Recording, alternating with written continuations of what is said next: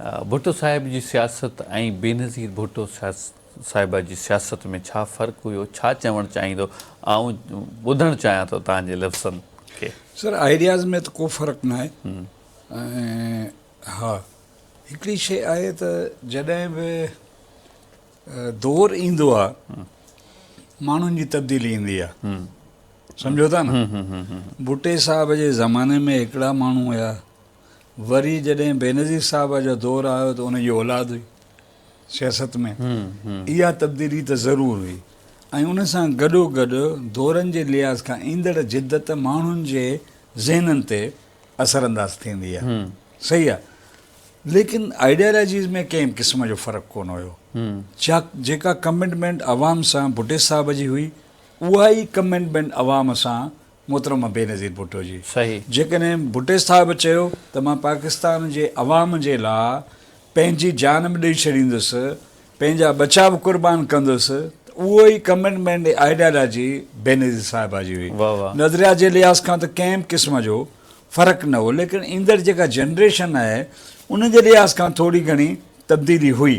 तब्दीली बि अहिड़ी नज़रियात जी कान हुई, लेकिन जॾहिं तव्हांजे मथां प्रेशर्स हुजनि, जॾहिं तव्हांखे क़बूल ई न कयो वञे, जॾहिं तव्हांखे जी हुकूमत खे 3-4 दफ़ा ड्राथो वञे, तंहिंजे बावजूदि बि जमहूरियत लाइ कमिटमेंट, मां सम्झां थो हिन ख़िते जे अंदरि उहा मोहतरमा बेनज़ीर भुट्टो हुई, जेका ज़ुल्फ़िकार भुट्टे जी धीउ हुई। न त कंहिं ॿिए फ़र्द में जमहूरियत लाइ हिकिड़ी कंसिस्टेंसी सां कंहिं बि क़िस्म जे माण्हू में एतिरी क़ुवत न आहे। हर ई ॻाल्हि हिन वक़्त जे माहौल जी, जेको असां जंहिं दौर मां गुज़रूं पिया, छाजे करे इहा सभु स्ट्रगल आहे इंसानियत खे ख़ुशि करण लाइ। पाकिस्तान जे अवाम ऐं पाकिस्तान जे अवाम सां नज़रियाती तरह जेके कंसल्ट माण्हू आहिनि दुनिया जे अंदरि, उन सां रिलेशनशिप बहाल करण लाइ, इस्तवाल करण लाइ। छाकाणि त असां मुस्लमान बि आहियूं ऐं मुस्लमाननि जे नाले ते मुल्क ठहियलु आहे, ठीकु आहे। त उन सॼी आइडियालॉजी खे लाज़मी आहे मेंटेन रखिणो आहे न।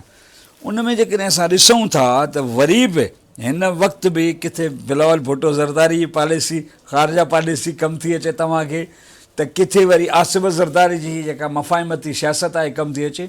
मुंहिंजो सिर्फ़ु पाकिस्तान जे सियासतदाननि खे हिकिड़ो ई आहे त जमहूरियत पसंदि बणिजो, ज़ुल्फ़िकार अली भुट्टे वांगुरु। ज़ुल्फ़िकार अली भुट्टे वांगुरु मफ़ाहिमत बि कयो, ज़ुल्फ़िकार अली भुट्टे वांगुरु टॉक्स बि कयो। हिते जॾहिं यार सियासतदान खे इहा ॻाल्हि सम्झ में नथी अचे त कंहिं बि दुनिया जे निज़ाम खे हलाइण लाइ जॾहिं ख़ुदा शैतान खां मशवरो करे थो त इंसान खे पैदा कयां, इन खां पोइ त हद आहे न। शैतान जो जेको नेगेटिव रोल आहे दुनिया जे अंदरि असांजी इस्लामिक आइडियालॉजी में, ख़ुदा इंसान खे ठाहिण लाइ पहिरियों मशवरो उन सां थो करे। तव्हां बहितरीनु इंसान सां नथा वियो, तव्हां सुठनि माण्हुनि सां नथा वियो, जेके माण्हू हिन मुल्क जे लाइ कमु कनि था, तव्हां उन्हनि माण्हुनि सां नथा वियो। तव्हां बेनज़ीर भुट्टो जी आइडियालॉजी सां वियो न, तव्हां ज़ुल्फ़िकार भुट्टे जी आइडियालॉजी सां वियो न। अॼु बि तव्हां उन ई ज़ुल्फ़िकार भुट्टो जो 1 मैन 1 वोट हुयो ई आहे। अॼु बि जॾहिं डब्बा चोरी कराए तव्हां ॿिनि खे था ॾियो, केरु थो कराए? बिल्कुलु ईअं। नवाज़ शरीफ़ अॼु बि जेकॾहिं डब्बा चोरी कराए इमरान ख़ान जी हुकूमत ऐं ज़मीनी इलेक्शन पंहिंजा कटे, माना कंहिंजी आइडियालॉजी आई आहे? बिल्कुलु तव्हां ज़ाहिरनि तौर ते जमहूरियत पसंदि आहियो, पर अंडरग्राउंड तव्हां अॼु बि उन आइडियालॉजी खे सपोर्ट था कयो जंहिंजी तव्हां पैदावार आहियो। त मां चाहींदुसि त जमहूरियत पसंदि थियणु ऐं जमहूरियत ते अमल करणु, इहे ॿ वॾा सवाल फ़र्क़ु आहे। तंहिंजे करे भुट्टो साहिब ऐं भुट्टो साहिब जी जेका बि जनरेशन हुई, सियासी जनरेशन, सिर्फ़ु जमहूरियत पसंदि न हुया, जमहूरियत खे प्रैक्टिकली उन्हनि साबित कयो। उन्हनि जानियूं ॾिनियूं, उन्हनि ज़िंदगियूं ॾिनियूं, उन्हनि ख़ानदान जा ख़ानदान क़ुर्बान कया। इहा आहे जमहूरियत जी पाइदारी लाइ। मां सम्झां थो त वीहनि वरी बि जमहूरियत जो आहे, इहो ज़हन नशीन करणु घुरिजे। केतिरो बि तव्हां डब्बा चोरी करायो, केतिरो बि तव्हां माण्हुनि जे वोट खां इनकार कयो, पर मां सम्झां थो त इंसान जंहिंखे ख़ुदा ताला पंहिंजो नाइब बणायो आहे, उन जी अक्सरियत जी ॻाल्हि सॼी ज़िंदगी कंहिंखे विसारणु न घुरिजे।